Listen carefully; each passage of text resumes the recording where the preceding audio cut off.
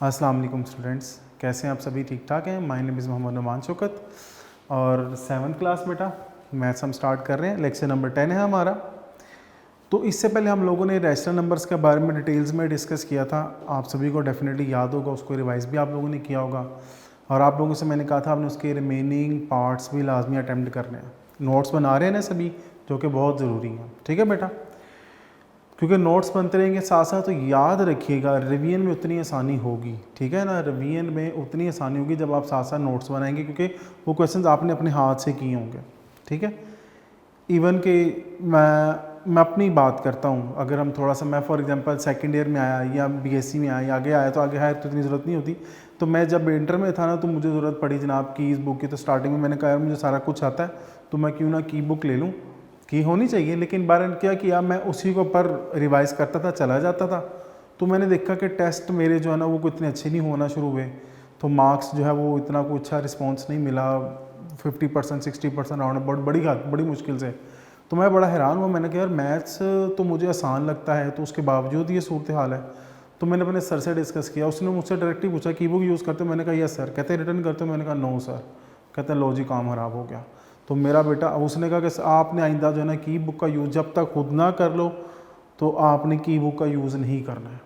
ठीक है बेटा, आप भी की बुक की ज़रूरत तब है, फॉर एग्जांपल टीचर अवेलेबल नहीं है और आप देखते हैं कि जी ये क्वेश्चन मुझसे नहीं हो पा रहा, मैंने अटैम्प्ट किया 2 टाइम्स, तो फिर जाके कोई कंडीशन आती है कि आप उसकी हेल्प ले लें। ठीक है मेरा बेटा, तो practice makes a man perfect, तो आपने इस बात का ख्याल रखना। क्वेश्चन नंबर 2 एक्सरसाइज 2B, जिसमें आता फाइंड द डिफरेंस। तो अब इससे पहले जो क्वेश्चन थे उसमें हमने सम फाइंड आउट किया था और इस क्वेश्चन में हमने क्या फाइंड आउट करना है? डिफरेंस। अब वो डिफरेंस कैसे फाइंड आउट करना है? अच्छा, सबसे पहली बात, दोनों P/Q फॉर्म में है जी? बिल्कुल है। P/Q फॉर्म का मतलब ये रैशनल नंबर है, तो अच्छा रैशनल नंबर है जी। अब फिर दूसरी बात, इनका हमने क्या फाइंड आउट करना है? डिफरेंस। तो मुझे बताएं दोनों का डिनोमिनेटर क्या है? सेम है। तो हम उसका एलसीएम ले लेते हैं जी 13। तो आपको याद होगा लास्ट लेक्चर मैंने बताया था कि जब डिनोमिनेटर सेम होते हैं तो हम क्या करते हैं, ऊपर वाली वैल्यूज को एज इट इज़ लिख लेते हैं। 7 - 2, तो रिमेनिंग क्या आ जाएगा? 5/13। Any problem? आसान से है ना बेटा जी, कोई मुश्किल तो नहीं हुई? अच्छा, बी पार्ट आप लोग खुद करेंगे, सिंपल सा है। सी पार्ट है 98/125। सी पार्ट है आपका 98/125 माइनस 1/3/25। चलें जी, फर्स्ट स्टेप क्या होगा? 98/125, 25 को 1 से मल्टीप्लाई करें, क्या आएगा? 25। और डेफिनेटली फिर उसका क्या करेंगे? 3 को उसमें ऐड करेंगे, तो क्या हो जाएगा? 28/25। 125 और 25 है, तो अब एलसीएम हमने लेना है। वैसे मैं तो डायरेक्ट ले सकता हूँ, बता सकता हूँ। चलिए हम ऐसा करते हैं कि इसका हम एलसीएम फाइंड आउट करते हैं। 25 एंड 125। तो बेटा 5 × 25, शाबाश। 5 × 10, ये फिर 25 हो जाएगा। 5 × 25, फिर 5 पे करते हैं। 5 × 5, 5 × 25 और लास्ट में फिर 5 × 5 एंड 5 × 5। Is it clear? अब इन तीनों को मल्टीप्लाई करें तो बेटा क्या आएगा? 125। तो 125 इसका एलसीएम आ जाता है। और मुझे इसलिए पता था कि 25 125 को डिवाइड कर देता है ना, तो इस वजह से फिर 125 एलसीएम आ सकता है। ये दोनों वैल्यूज क्या है? 100% सेम है, तो फिर ऊपर वाली वैल्यू एज इट इज आ जाएगी। माइनस 25 को किससे मल्टीप्लाई करेंगे? 125 28, तो एज इट इज। 5 5 25 होते हैं ना, तो किससे मल्टीप्लाई कर रहा हूँ? 5 से। लो जी, इधर क्या आ जाएगा? 5। फिर रिपीट करता हूँ कि 25 को किससे मल्टीप्लाई किया आ जाएगा? 125। तो जो नंबर आता है, जो क्वेश्चन आता है, उसको हम ऊपर वाली वैल्यू के साथ मल्टीप्लाई कर देते हैं। नेक्स्ट स्टेप बेटा जी, 98 माइनस 5 8 क्या होते हैं? 40। क्या कैरी आ गया? 4। 5 × 10, 10 और 4 कितने हो जाएंगे? बोले 14। चलें जी, और डिनोमिनेटर में क्या आ जाएगा? 125। Any problem students? अच्छा जी, अब हमने क्या करना है, इसको सब्ट्रैक्ट करना है। तो देखा जाए क्या आएगा? माइनस, क्योंकि साइन ग्रेटर वैल्यू का आ जाएगा इन शॉर्ट। तो इसमें से सब्ट्रैक्ट करें तो -42 ओवर 125। अभी तक किसी स्टूडेंट ने कुछ पूछना हो? अभी तक किसी स्टूडेंट ने कुछ पूछना हो? ठीक है बेटा, अब डी पार्ट है वो भी आप लोगों ने इसका खुद अटेम्प्ट करना है, खुद सॉल्व करना है, आसान सा ही है। नेक्स्ट हमारे पास आता है जी question number 3, simplify the following. Question number 3 हमारे पास क्या है जी? Simplify the following rational numbers. अच्छा चलें, बाकी स्टेटमेंट आप बुक पे देख लीजिएगा, डेफिनेटली आपके पास होगी।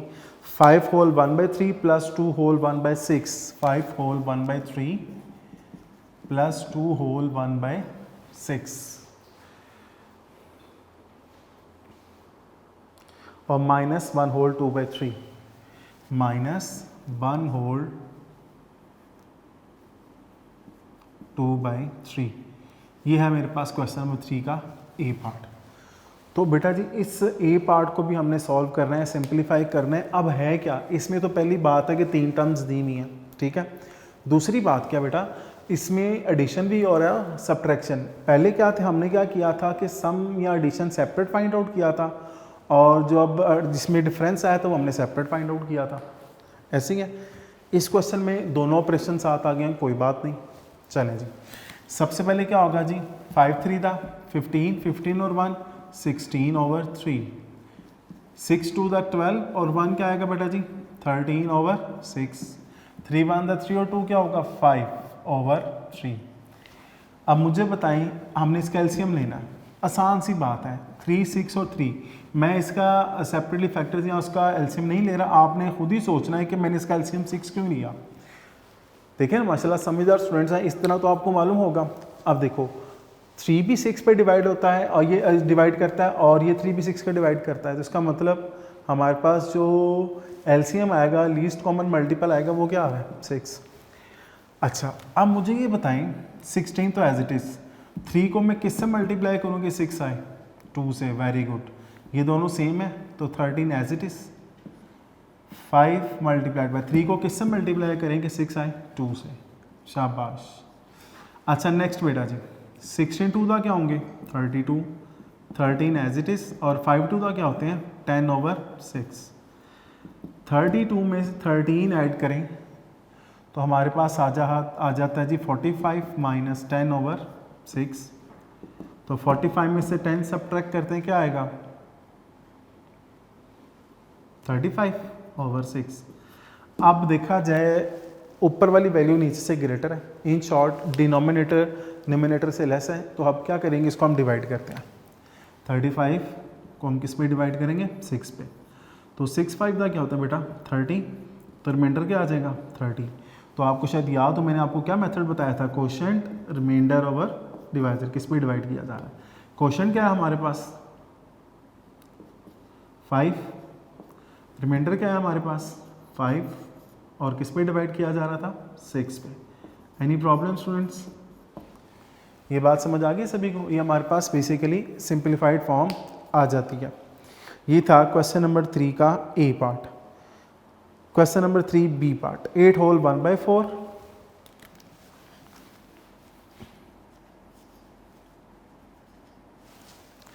8 whole 1/4 minus 1 whole 1/2, 8 whole 1/4 minus 1 whole 1/2 minus, अच्छा जी माइनस है जनाब 6 ओवर 11, 6 ओवर 11। ठीक है बेटा जी, तो 4 8 का क्या होंगे 32, 32 और 1 क्या होंगे 33 ओवर 4, 2 1 द 2 एंड 1 3 ओवर 2, जबकि -6 ओवर 11 एज इट इज़ है। क्लियर होगी बात? अब हमने इसका एलसीएम फाइंड आउट करना है। चलें 4 2 4 एंड 11, तो 2 1 द 2 2 2 द 4 11 एज इट इज़, 2 1 द 2 11 as it is, and last पे क्या होगा 11 1 द 11। तो बेटा 2 2 4 4 11 का क्या होगा बोलें ज़रा 44 ना, तो इसका एलसीएम क्या आ जाएगा 44, इसका एलसीएम क्या आ जाएगा 44। Is it clear? अच्छा अब मुझे ये बताओ 33 एज इट इज़। 4 को मैं किससे मल्टीप्लाई करूँ कि 11 आ जाए 44 आ जाए? 11 से। वेरी गुड जी। 3 को किससे मल्टीप्लाई करूँ कि 44 आ जाए? 2 को किससे मल्टीप्लाई करूँ कि 44 आए? तो इधर क्या आएगा 22 माइनस उसके बाद 11 को किससे मल्टीप्लाई करेंगे 44 आए? बोलिए बेटा 6 है 11 4 था, तो 11 4 था क्या आ जाएगा 44। अब इसको हमने मज़ीद सिंप्लीफाई करना है, ठीक है बेटा जी।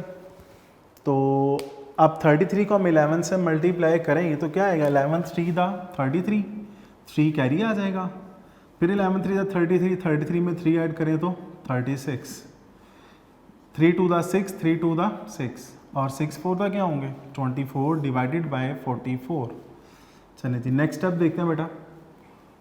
अब याद रखिएगा कि पहले जो दोनों माइनस हम इनको सॉल्व कर लेते हैं, तो 6 और 4 क्या हो जाएंगे 10, 1 कैरी, 6 और 2 8 और 1 9, नहीं जी माइनस 90 आ जाता है ओवर 44।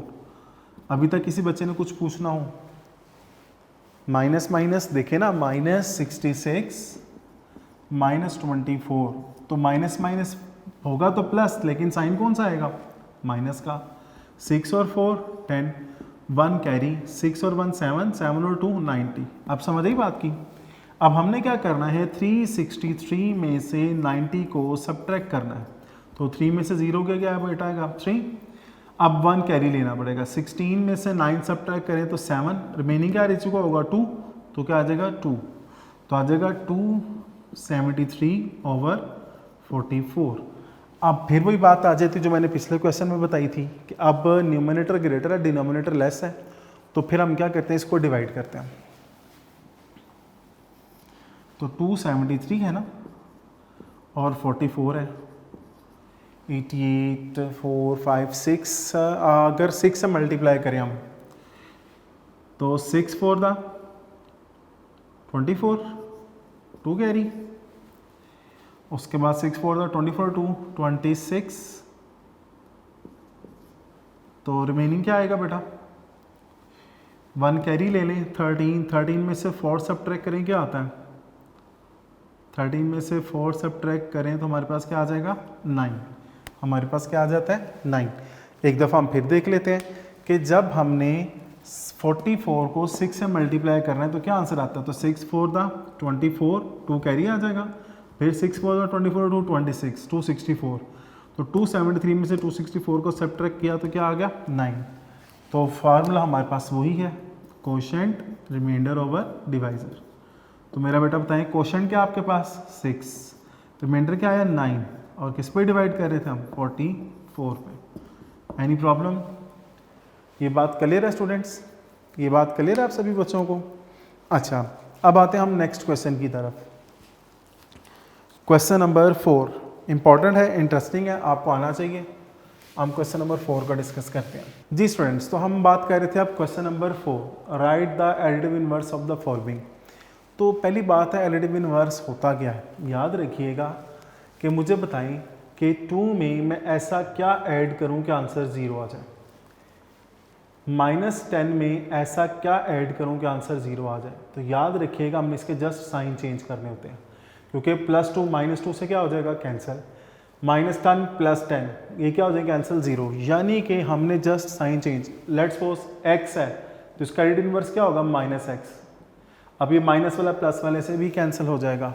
तो एडिटिव इनवर्स मीन कि जब इन दोनों नंबर्स का सम लिया जाए तो आंसर क्या आ जाए 0।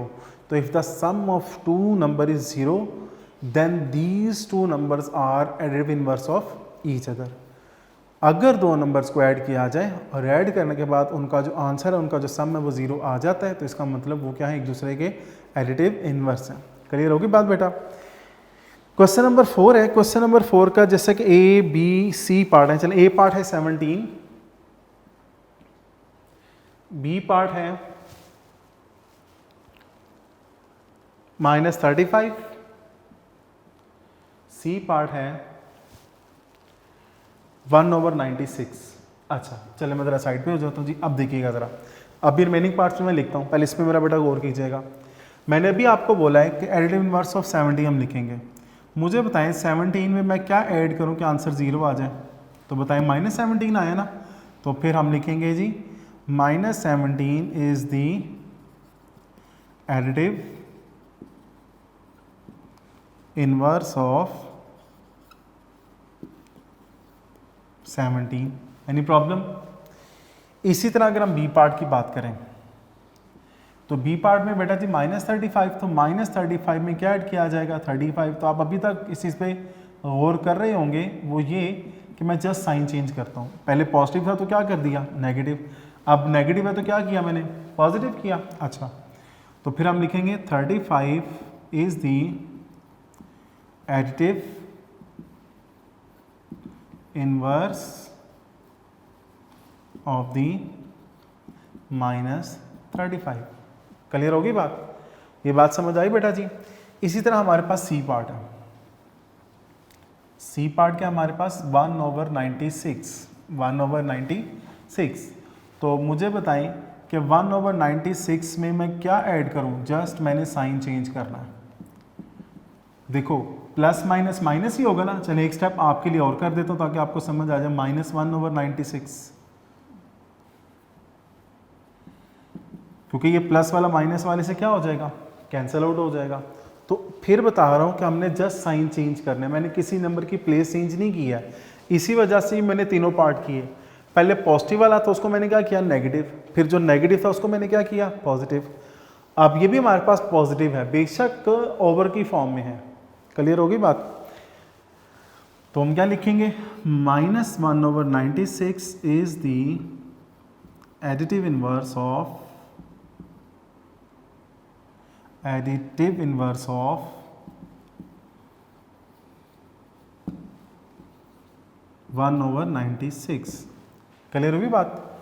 ये बात समझ आई आप सभी को? नेक्स्ट आपके पास आते हैं जी -8/59। डी पार्ट है -8/59। तो मुझे बताइए इसमें मैं क्या ऐड करूंगा 59। तो क्या हो जाए 8 ओवर साइन चेंज कर देंगे 8/59। तो अभी मैंने माइनस था इसको क्या कर दिया प्लस, साइन चेंज हो गए। तो अब ये लाइन आपने खुद लिखनी है कि 8/59 is the additive inverse of -8/59। Next आपका आता है जी ई पार्ट। ई पार्ट है 3 होल 13/15, 13/15। इसको देखिए हमने इसका एडिटिव इनवर्स बताना है। ये पार्ट मैं इसलिए कर रहा हूँ कि आपको इसको फ्रैक्शनल फॉर्म में लिखने की ज़रूरत नहीं है। मिनटों से कि आप इसको जी होल फॉर्म को इसको मैं कन्वर्ट करना, नो इशू। सिंपली मैं कहता हूँ ये नंबर हमारे पास 3 होल 13/15। अगर इसमें -3 होल 13/15 ऐड कर दिया जाए तो मुझे बताएं क्या ये दोनों कैंसिल हो जाता है कि नहीं हो जाते हैं? आपने देखा होगा सर एडिटिव इनवर्स में आप प्लस का साइन यूज़ कर रहा था, तो प्लस माइनस क्या होंगे माइनस। आपकी खातिर चले मैं इधर भी ऐसा कर देता हूँ, प्लस और ब्रैकेट में माइनस। अगर क्योंकि प्लस माइनस माइनस होने थे आप डायरेक्ट भी लिख देते तो नो इशू था। ठीक है बेटा?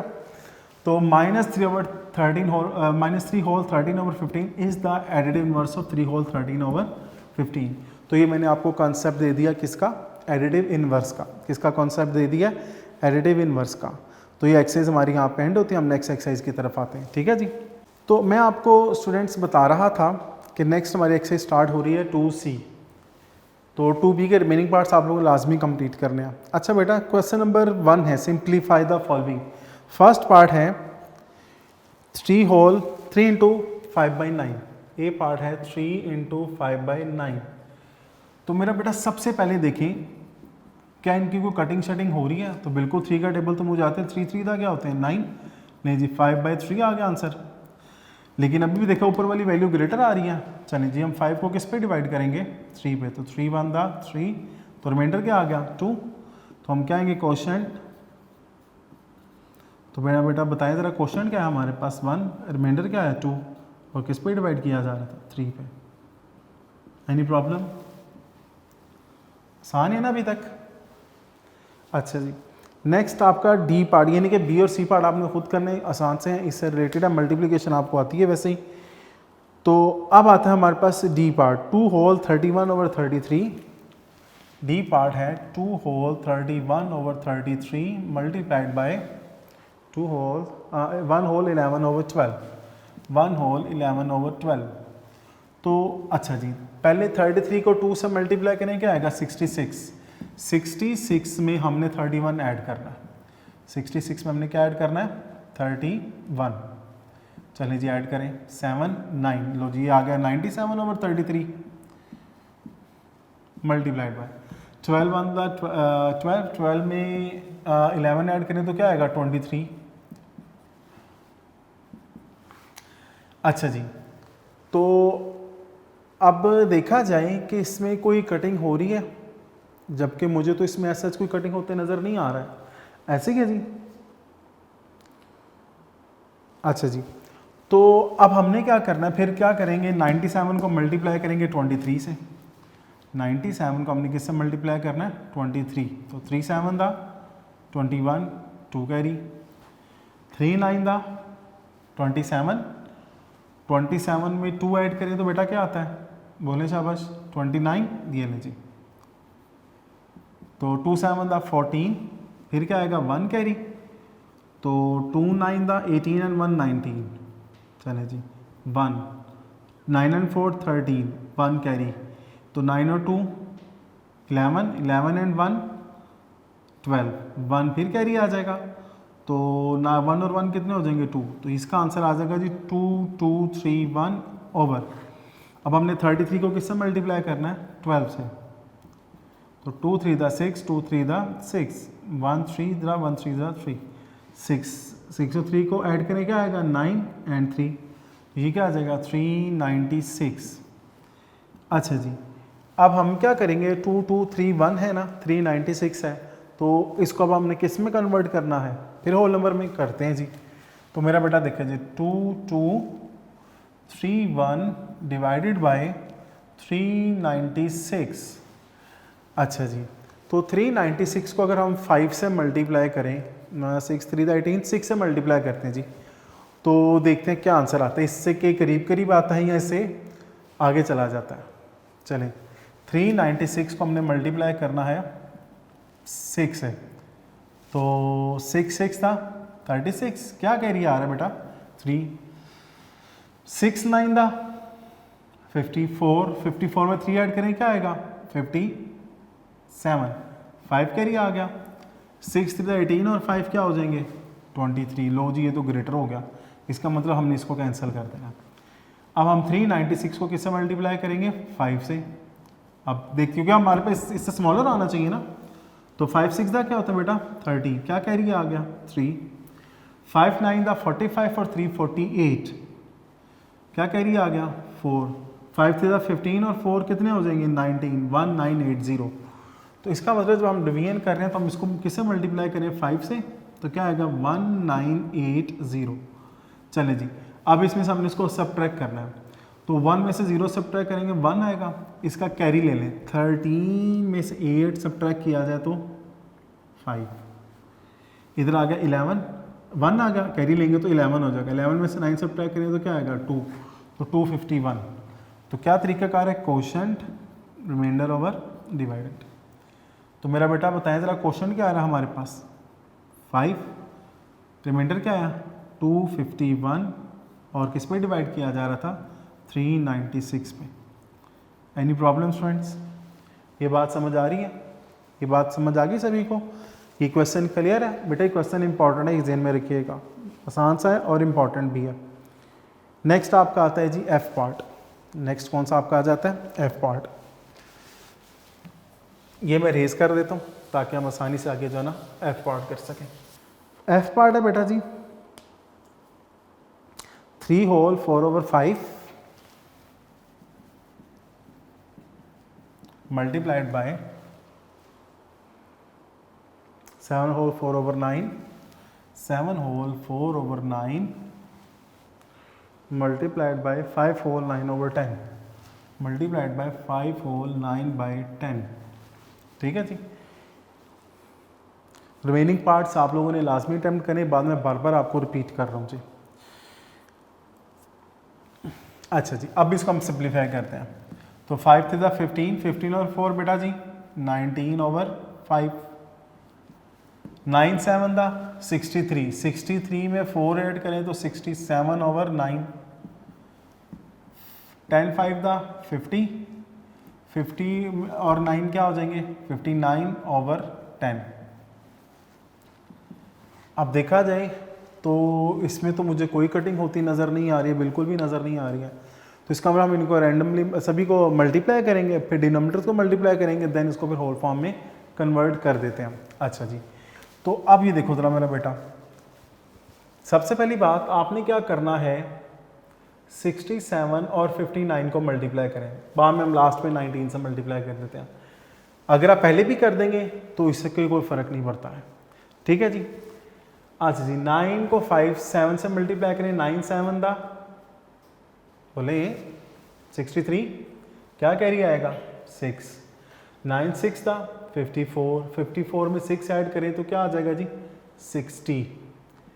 उसके बाद 5 7 दा 35, क्या कैरी आएगा 3, 5 6 दा 30 और 3 33, नहीं जी 3 5 9 3।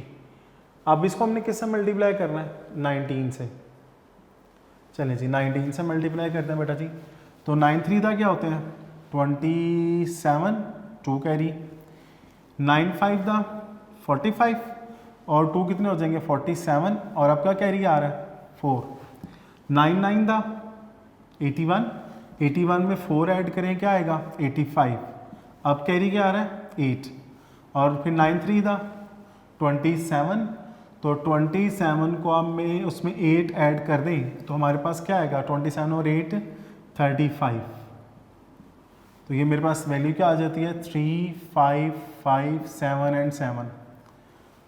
5 9 का क्या होता है बेटा जी बोले 45, 45 को 10 से मल्टीप्लाई करें क्या आ जाएगा 450।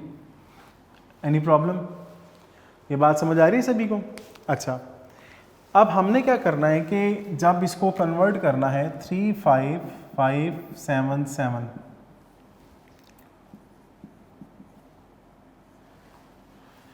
फोर 450 को हमने जो है वो डिवाइड करना है 3 5 5 7 7 को डिवाइड करना है 450 पे। तो अब देखा जाए ये तो तीनों डिजिट्स अगर देखें इससे लेस हो जाते हैं, तो हम नेक्स्ट डिजिट भी अगर ऐड कर लेते हैं तो कोई प्रॉब्लम नहीं है। तो 8 से मल्टीप्लाई करके देखते हैं जी 0 8 5 दा 44 कैरी, 8 4 दा 32 36, ये लो जी ये तो ग्रेटर हो जाएगा, ठीक है ना। तो इसका मतलब एक नंबर हम पीछे आ जाते हैं। 450 को मल्टीप्लाई करते हैं 7 से, तो 0 7 5 दा 35 3 कैरी हो जाएगा, 7 4 दा 28 और 31। तो इसमें हम क्या लिखते हैं जी 3 1 5 0। तो अब मुझे बताएं कि इसमें रिमेनिंग क्या आएगा, 7 में से 0 गए 7, 5 में से 5 गए 0, 5 में से 1 सब्ट्रैक्ट करें तो क्या आएगा बेटा जी 4। तो लास्ट में कौन सा नंबर रह जाता है 7, ठीक है। अब हमने किससे मल्टीप्लाई किया था बेसिकली 7 से मल्टीप्लाई किया था। अब हमारा नेक्स्ट टारगेट आता है जी, अगर हम 9 5 दा 9 4 दा चले जी 450 को मल्टीप्लाई करके देखते हैं 9 से। 9 5 दा क्या होगा बोलने बेटा 45, क्या कैरी आ जाएगा 4। तो 9 4 दा 36, 36 में 4 ऐड करें तो क्या आता है 39। चले अब मैंने किससे मल्टीप्लाई किया 9 से, तो क्या आंसर आ गया 3950। तो क्या आ जाएगा 7, 7 में से 5 सब्ट्रैक्ट करें बेटा क्या आता है 2, अब 1 कैरी लेना पड़ेगा, 10 में से 1 सब्ट्रैक्ट करें 9। चलें जी वापस आते हैं इस क्वेश्चन की तरफ। तो क्या होगा क्वेश्चन रिमाइंडर ओवर डिवाइजर। तो मेरा बेटा बताएं क्वेश्चन क्या है हमारे पास 79, रिमाइंडर क्या है हमारे पास 127 और किस पे डिवाइड किया जा रहा था 450। एनी प्रॉब्लम, एनी प्रॉब्लम, ये बात समझ आई बेटा जी। तो हमने एक्सरसाइज 2C का क्वेश्चन नंबर 1 जो है वो उसका A, D और F पार्ट सॉल्व किया है, जिसके रिमेनिंग पार्ट्स आप लोगों ने खुद सॉल्व करने होंगे, ठीक है जी। तो इंशाल्लाह मुलाकात आप लोगों से कल होगी और आप लोगों ने जो है ना इसका ये काम कंप्लीट लाजमी करना। और आज का एक छोटा सा मैसेज ये है कि हमारे प्यारे नबी करीम सल्लल्लाहु अलैहि वसल्लम जब भी दुआ मांगते थे ना, तो वो अपनी हर दुआ में इसे एक दुआ ये वाली लाजमी मांगते थे, अल्लाहुम्मा रब्बना आतिना फिद दुनिया हसना व फिल आखिरति हसना व किना अज़ाबन नार। तो बेटा जिसमें दुनिया के लिए भी दुआ है और आखिरत के लिए भी दुआ है, तो आपने इस दुआ का हर दुआ में इस चीज़ को लाजमी शामिल करना है। आपसे मुलाकात इंशाल्लाह कल होगी। अल्लाह हाफ़िज़।